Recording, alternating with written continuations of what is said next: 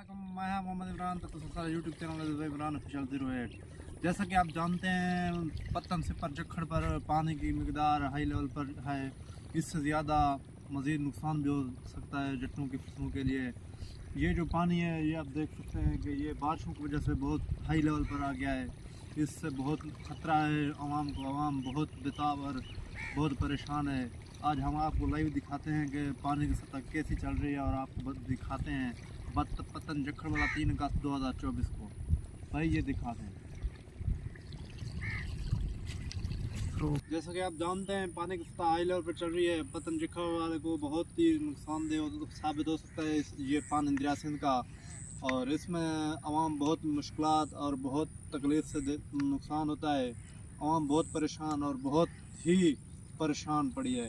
ये देख सकते हैं फसलों के नज़दीक पानी आ गया है।